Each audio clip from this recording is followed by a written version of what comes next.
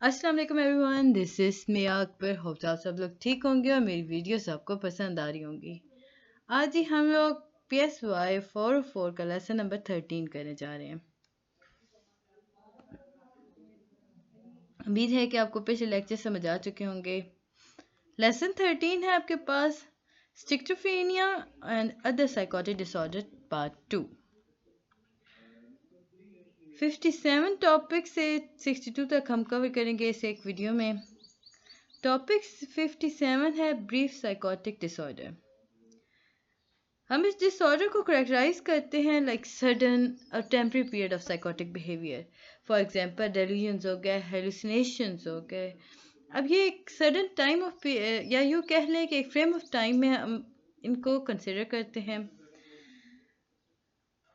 Brief psychotic disorder जो होता है उसे डायग्नोज किया जाता है, क्लिनिशियंस करते हैं जब इंडिविजुअल उनके पास जाता है, उसके पास सिम्टम्स होते हैं साइकोसिस के।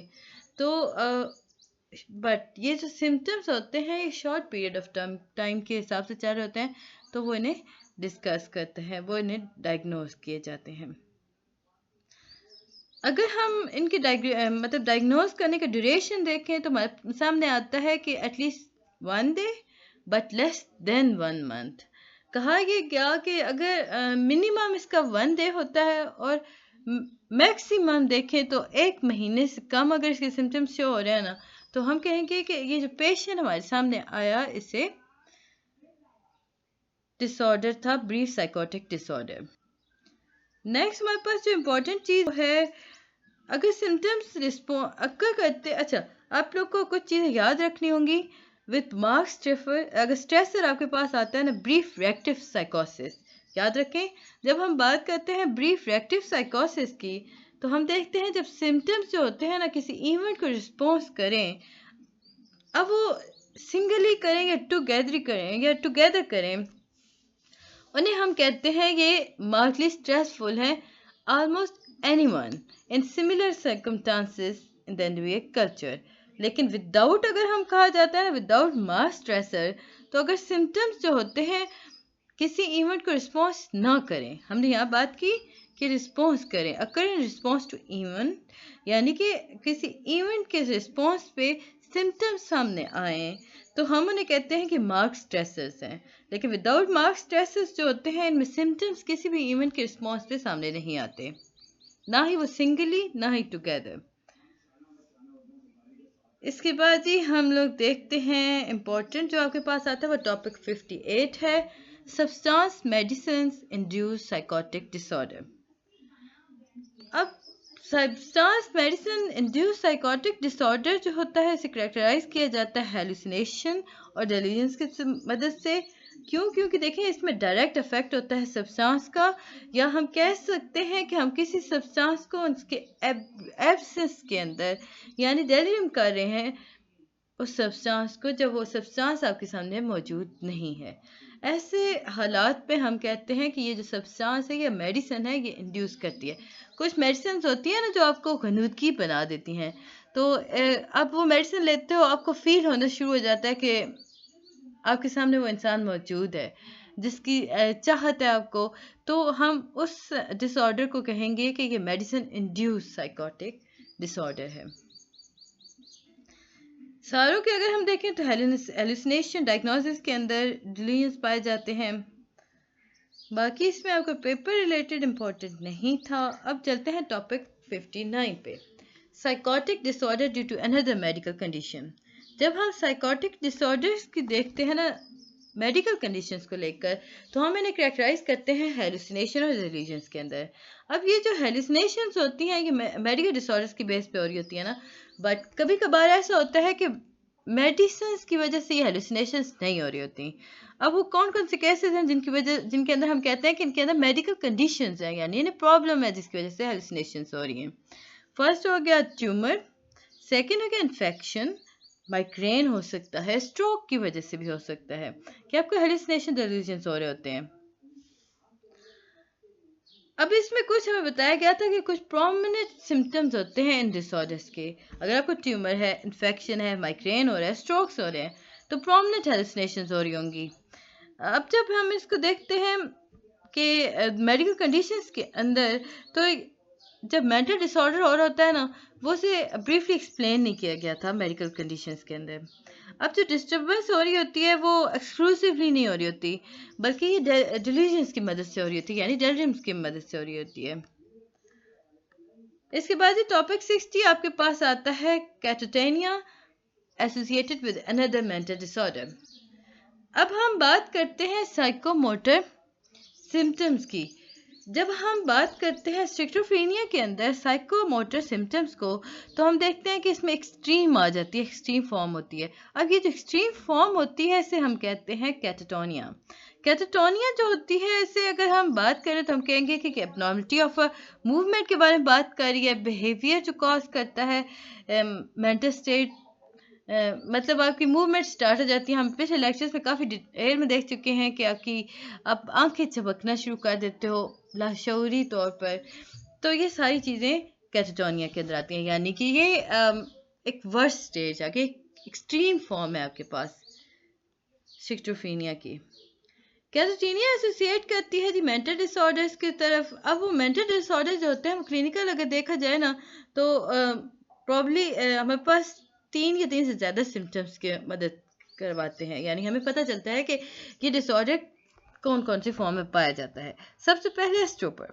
अब स्टूपर जो होता है कि अनरिस्पॉन्सिव हो रहे होते हैं। यूँ समझ लें कि इंडिविजुअल जो होता है वो एनवायरनमेंट को लेकर स्टॉप कर देता है अपनी रिस्पॉन्ड करना, यानी कि वो मोशनलेस हो जाएगा, साइलेंट हो जाएगा for long stretches of time, खामोश हो जाए। लाइक आप समझते हो ना कि कोई इंसान है जो बैठा है, लगातार खामोश बैठा है, वो बात नहीं करता, वो कुछ महसूस नहीं करता। उसे धूप पे आप बिठाते हो तो वो धूप में ही बैठा रहेगा, उसे फील नहीं हो रहा होता, तो इसे हम कहते हैं स्टफर्स हैं। फिर हमारे पास सेकेंड फॉर्म आती है कैटास्ट्रफी। अब इसमें क्या होता है, ट्रांस लाइक स्टेट में इंसान होता है, यानी कि आप उसे रिजिड होगा। अगर आप उसके वो एक ही पोस्चर पे घंटों बैठा रहेगा, घंटों रहेगा, वो कोई भी एफर्ट नहीं करेगा। आप उसे लिटा दोगे वो लेटा रहेगा, आप उठा दोगे वो बैठा रहेगा। तो इस तरह का प्रॉब्लम इसमें आ जाता है। फिर है वैक्सी फ्लेक्सिबिलिटी। अब इस स्टेट में इंडिविजुअल जो होता है वो बिल्कुल फ्लेक्सिबल होता है। आप उसे उठाते हो, उठा के बिठा सकते हो, उसे मूव करा सकते हो। अब होगा क्या, जब आपने उसे उठाया बिठाया थोड़ी देर, वो आपने उसके बैक से स्पॉट हटा दी, तो क्या होगा, वो अपनी पुरानी पोजीशंस पे वापस चला जाएगा, यानी कि वो दोबारा लेट जाएगा। यानी इसमें भी वो मूवमेंट नहीं कर रहा होता। बेसिकली ये सारा का सारा आपके पास आ रहा होता है कोमा के अंदर। अब आप लोग पता होगा कोमा क्या होता है, लाइक जब आप बिल्कुल इमोशनलेस हो जाते हो, आप साइलेंट हो जाते हो, आपको फ़र्क नहीं पड़ रहा होता आसपास क्या हो रहा है, महसूस कुछ नहीं कर पा रहे होते। ये उसी की एक फॉर्म है, स्टेजेस हैं। फिर आपके पास आता है म्यूटिज्म। अब इस स्टेट में कुछ पेशेंट इस तरह होते हैं कि वो एक लफ्ज़ नहीं बोलते, बिल्कुल खामोश हो जाते हैं, कोई बात करती ही नहीं है। फिर आपके पास नेगेटिविज्म। अब इस केस के अंदर जो इंसान होता है वो नेगेटिंग एवरीथिंग कर होता है, हर चीज़ की नफ़ी सोच रहा होता है, हर चीज़ में नेगेटिविटी देख रहा होता है। आप उससे कोई बात कहोगे ना, फॉर एग्जांपल आप उसे कहोगे पानी पियो, वो नहीं पिएगा, क्योंकि वो हर चीज़ की नेगेटिंग कर रहा है। वो समझता है उसे जो कुछ बताया जा रहा है वो सारा गलत है। फिर इसके बाद आता है पोस्चरिंग। अब इसमें जो इंसान होता है ना, इस स्टेट के अंदर वो एक ही पोस्चर पर लॉन्गर पीरियड ऑफ टाइम रहता है और वो उसे चेंज नहीं करता। फिर मैनरिज्म आ जाता है। मैनरिज्म के अंदर बिहेविंग सर्टेन मैनर्स आ रहे होते हैं। फिर स्टीरियोटाइपी आ गया। स्टीरियोटाइपी जो होती है बेसिकली इसमें हम रेपिटेशन कर देते हैं अपने एक्ट्स का। अब ये एक्ट्स जो होते हैं ये पर्पसलेसली हो रहे होते हैं। लाइक आप अगर किसी जैसे हम लोगों ने इसकी डिटेल देखी थी स्टीरियोटाइप की, जिसमें इंसान खुद को हिट करता है, हर्ट कर रहा है, यानी हिट करते हुए वो खुद को हर्ट करता है, अपना सर मारा है, कोई चीज़ अपने ऊपर उठा उठा के मारा है, नाखून नाखून खा रहा है। अब ये सारी चीज़ें यूजलेस है, मतलब पर्पसलेस हैं, बस वो करे जा रहा है, तो इसे हम कहते हैं ये स्टीरियोटाइप है। फिर आपके पास आता है एगिटेशंस। अब मतलब एगिटेशंस के अंदर हम देखते हैं तो इसमें रेस्टलेसनेस आ रही होती है, इसमें हम एक्सटर्नल स्टिमुलाई को इन्फ्लुएंस नहीं कर पा रहे होते। फिर आपके पास एक और फॉर्म आती है ग्रेमिसिंग। ग्रेमिसिंग जो होती है ये इमोशनलेस स्माइल होती है, बस आप ज़बरदस्ती जो मुस्कुरा रहे होते हो ना हर वक्त, तो मतलब जिस स्माइल से आपको समझ ना आए कि आखिर प्रॉब्लम क्या है, किस बात पे मुस्कुराया जाए, तंजिया है, अच्छी है, हर्ट है, मतलब अब कुछ लोग होते हैं जो मतलब ज़बरदस्ती का मुस्कुराते हैं, तो वो इसमें आ जाता है। अच्छा, आप लोग का ये जो टॉपिक है ये बहुत ज़्यादा इंपॉर्टेंट है इन सेंस ऑफ शॉर्ट। ये आपके शॉर्ट क्वेश्चंस रिलेटेड काफ़ी ज़्यादा इंपॉर्टेंट है। इसमें आपको बहुत सारे शॉर्ट्स और एमसीक्यूज आ रहे होते हैं, इसे सही ज़हन नशीं रखिएगा। इसके बाद ये एक्लिया आ जाता है। इसमें हम दूसरों के अल्फाज को दोहराते हैं। अब कुछ लोग होते हैं जब जिनके सामने आप कोई बात करोगे तो वो आपकी बात को रिपीट कर रहे होंगे, बेसिकली उन्हें एक्लिया डिसऑर्डर और होता है। फिर आपके पास आता है एकोप्रेक्सिया। अब इसमें इमिटेशंस हो रही होती हैं दूसरों के मूवमेंट्स को देखकर। अब हम देखते हैं अनस्पेसिफाइड कैटाटोनिया। जब हम बात करते हैं ना कैटाटोनिया के सिम्टम्स की, तो हम देखते हैं कि उसमें सिग्निफिकेंट स्ट्रेस पाया जाता है। इंसान की जो एक्टिविटीज़ होती हैं, जो रिलेशनशिप्स होते हैं दूसरों के साथ, उसमें काफ़ी ज़्यादा स्ट्रेस होता है। अब इन्हें डायग्नोज कैसे किया जाता है? देखा जाता है कि जो मेंटल डिसऑर्डर है इसकी नेचर क्या है, मेडिकल कंडीशन अनक्लियर है या नहीं, फुल क्राइटेरिया ऑफ कैटाटोनिया तक पहुंचा है पेशेंट या नहीं। तो इसमें एक और चीज़ देखी जाती है कि इनसफिशिएंट इंफॉर्मेशन अगर आप दे देते हो ना स्पेसिफिक डायग्नोसिस की, तो इससे होगा क्या कि आप अच्छे से उसे डायग्नोज नहीं करें, वो किसी और सर्जन के पास जाएगा, तो वहाँ जाके वो डायग्नोसिस क्योंकि हाफ थे तो वो उसके अकॉर्डिंग ट्रीटमेंट स्टार्ट करेगा, उसे तो नहीं पता कि हाफ ट्रीटमेंट डायग्नोज हुआ है। सो ये काफ़ी ज़्यादा ख़तरनाक हो जाता है। तो हम इसे कहते हैं ये अनस्पेसिफाइड है कैटाटोनिया। इसके बाद ही हम जेनेटिक फैक्टर्स की बात करते हैं। जब हम देखते हैं डायथेसिस स्ट्रेस पर्सपेक्टिव को, तो उसको जो प्रिंसिपल हमारे सामने आता है उसमें हम जब डिटेल देखते हैं तो जेनेटिक रिसर्चर्स जो थे उनका यकीन था, उनका मानना था कि जो कुछ लोग जो होते हैं वो इनहेरिट करते हैं बायोलॉजिकल predispositions to मतलब schizophrenia and develop the disorder later when they face extreme stress। यानी कि जब भी उन्हें स्ट्रेस फील होता है तो वो schizophrenia की तरफ बढ़ जाते हैं, उनमें सिम्टम्स आ जाते हैं। अब जो लोग होते हैं जिनके साथ ये प्रॉब्लम डिसऑर्डर चल रहा होता है, उनमें हाई रिस्क होता है कि वो दूसरे डिसऑर्डर्स को भी डेवलप कर सकें। फैमिली जो होती है उसकी अगर हम स्टडी देखें तो हमें पता चला कि स्टिक्टोफीनिया या स्टिक्टोफीनिया लाइक ब्रेन एबनॉर्मलिटीज जो होती हैं वो मोस्टली कॉमन होती हैं रिलेटिव पीपल विद डिसऑर्डर्स, यानी कि फैमिलीज में भी ये सब चल रहा होता है।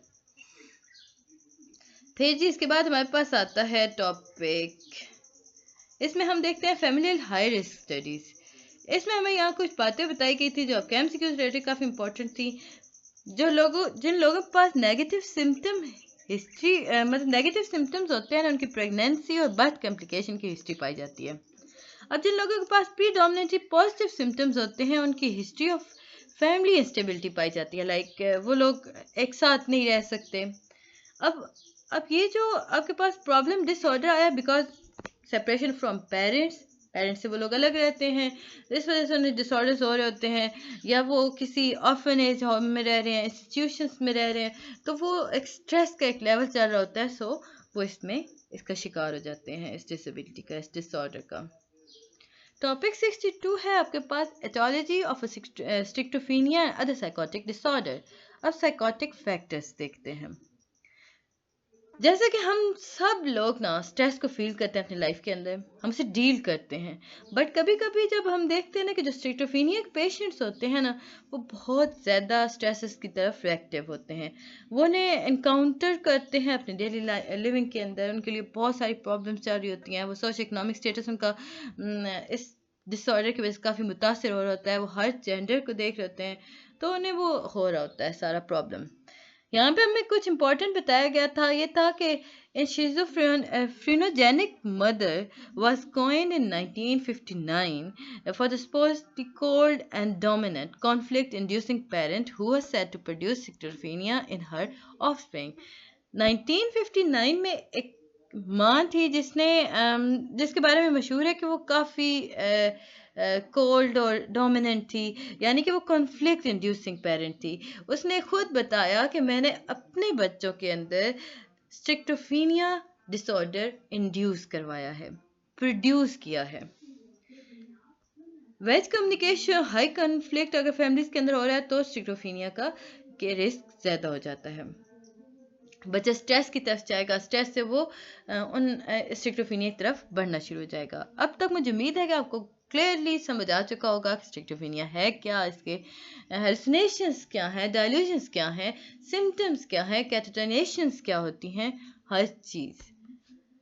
आगे बढ़ने से पहले काइंडली मेरे चैनल को लाइक और सब्सक्राइब जरूर कर दीजिएगा। वीडियो पसंद आती है तो कमेंट भी किया करें और वीडियो को लाइक भी किया करें, आप बिल्कुल नहीं करते हो। डेवलपमेंटल फैक्टर, अब जो बच्चे जिनके अंदर लो आईक्यू होता है वो स्किज़ोफ्रेनिया की तरफ बढ़ जाते हैं। बॉयज़ को जिनके अंदर ना डेवलप हो जाता है स्किज़ोफ्रेनिया, उन्हें टीचर रेट करता है डिसएग्रीबल, वेयरएज़ गर्ल्स को कहा जाता है कि ये पैसिव हैं। उम्मीद है कि आपको ये लेक्चर समझ आया होगा। मिलते हैं नेक्स्ट वीडियो में, तब तक के लिए अल्लाह हाफिज़।